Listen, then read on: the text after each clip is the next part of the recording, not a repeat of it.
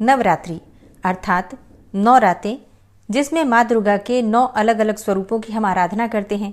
कहते हैं कि इन पावन दिनों में देवी की उपासना करने से मनोवांछित फल की प्राप्ति हो जाती है, कोई भी कामना हो पूर्ण हो जाती है। इन दिनों में माँ शैलपुत्री, माँ ब्रह्मचारिणी, माँ चंद्रघंटा, माँ कुष्मांडा, माँ स्कंद माता, माँ कात्यायनी, माँ कालरात्रि, माँ महागौरी और माँ सिद्धिदात्री की पूजा करने का विधान है। चैत्र मास की नवरात्रि बहुत विशेष है, क्योंकि नवरात्रि के पहले दिन अर्थात चैत्र मास की शुक्ल पक्ष की प्रतिपदा तिथि से प्रारंभ हो जाता है हिंदू नववर्ष, जिसे हिंदू नव संवत्सर कहा जाता है। चैत्र नवरात्रि के अंतिम दिन भगवान श्री राम का जन्मोत्सव मनाते हैं, मतलब चैत्र मास की शुक्ल पक्ष की 9वीं तिथि पर रामनवमी मनाते हैं, जो कि भगवान श्री राम का जन्मोत्सव है। तो इन 9 दिनों में उपवास करते हैं, मतलब व्रत धारण करते हैं, ध्यान करते हैं, साधना करते हैं, भजन कीर्तन करते हैं, और ये सभी कार्य करने से मन की शुद्धि होती है, शरीर की शुद्धि होती है और भक्तों को आध्यात्मिक ऊर्जा की प्राप्ति होती है।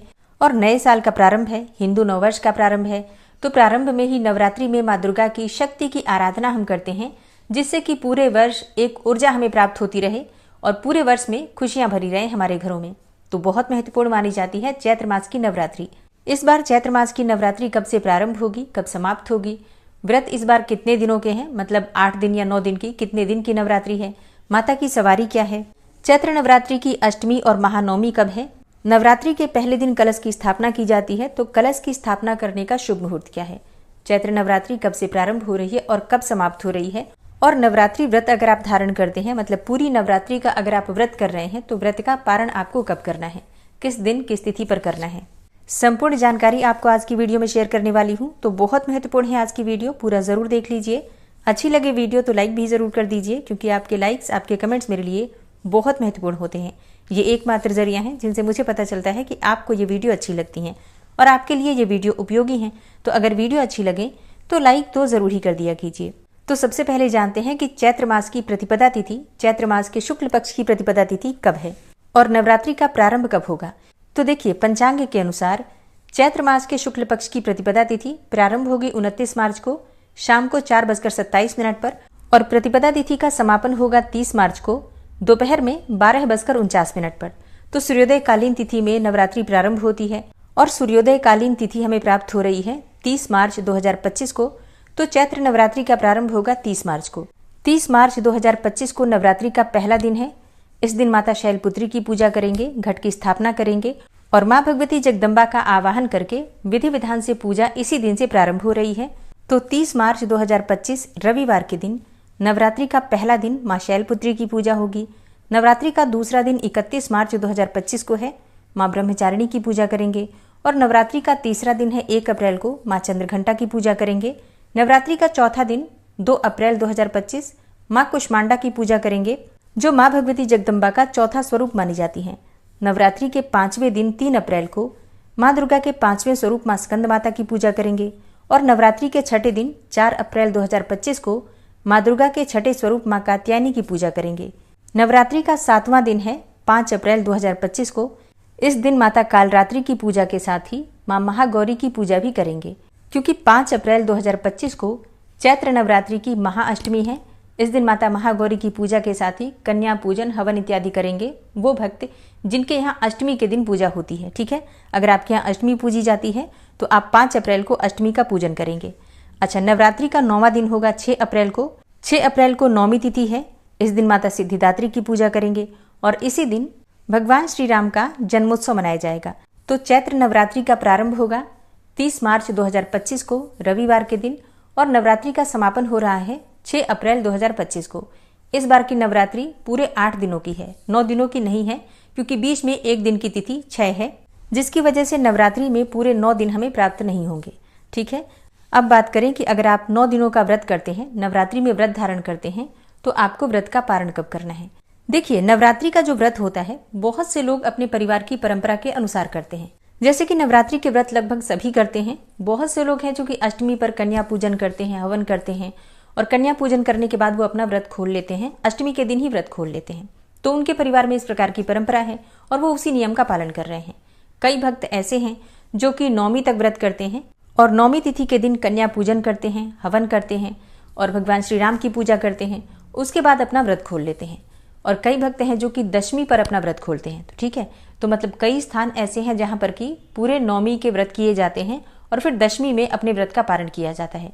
वैसे शास्त्रों में भी यही कहा गया है कि नवरात्रि में पूरे 9 दिनों का व्रत करने के बाद दशमी तिथि पर ही अपने व्रत का पारण करना चाहिए।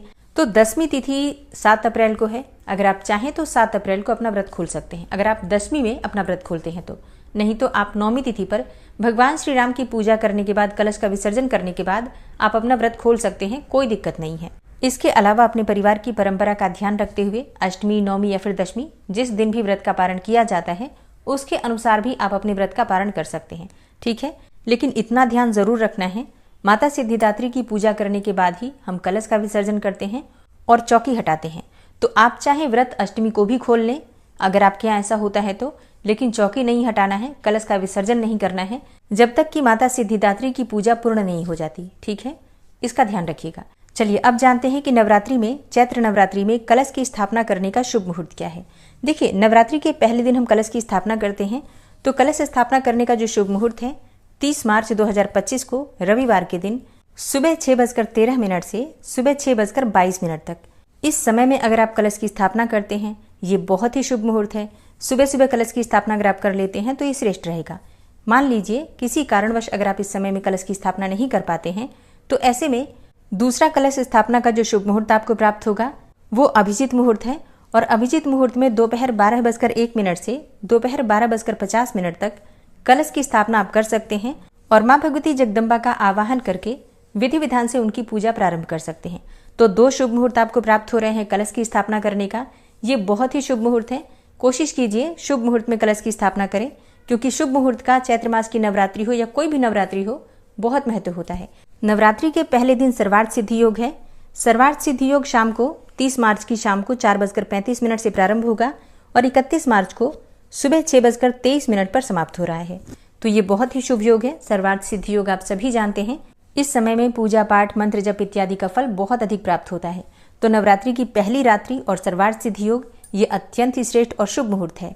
30 मार्च को राहु काल का समय है, शाम को 5:06 से शाम को 6:37 तक। राहु काल में कोई भी शुभ कार्य प्रारंभ नहीं करना चाहिए। अगर आप पहले से कर रहे हैं तो बिल्कुल कर सकते हैं, कोई दिक्कत नहीं है। नवरात्रि में कलश की स्थापना किस प्रकार से करें, पहले दिन से लेकर अंतिम दिन तक, कलश स्थापना से लेकर कलश विसर्जन तक किस प्रकार से आपको प्रतिदिन पूजा आराधना करना है, किन मंत्रों का जप करना है, किस कामना से कौन सा उपाय करना है। इसके अलावा प्रतिदिन की पूजा विधि, मतलब हर रोज की पूजा विधि की वीडियो आपको एक दिन पहले ही मिल जाएगी, जिसमें कि आपको माता के स्वरूप, भोग, मंत्र इत्यादि सभी चीजों की जानकारी दी जाएगी।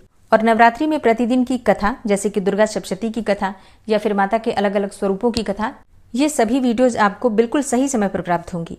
इसके अलावा अगर आपका कोई भी प्रश्न हो, कोई भी विशेष वीडियो देखना चाहते हैं, नवरात्रि से संबंधित कोई भी जानकारी चाहिए तो कमेंट बॉक्स में जरूर लिख दीजिए। तो बहुत जल्दी आपके प्रश्नों के उत्तर या तो कमेंट बॉक्स में मिल जाएंगे या फिर उसके लिए आपको वीडियो मिल जाएगी। तो अगर आपने चैनल को सब्सक्राइब नहीं किया है तो चैनल को सब्सक्राइब करके बेल आइकन को जरूर प्रेस कर लीजिए। इससे ये होगा कि इस चैनल पर जो नई वीडियो अपलोड होंगी उनकी नोटिफिकेशन आपको सही समय पर प्राप्त होगी। मिलती हूँ मैं आपसे अगली वीडियो में, तब तक के लिए जय श्री राधे।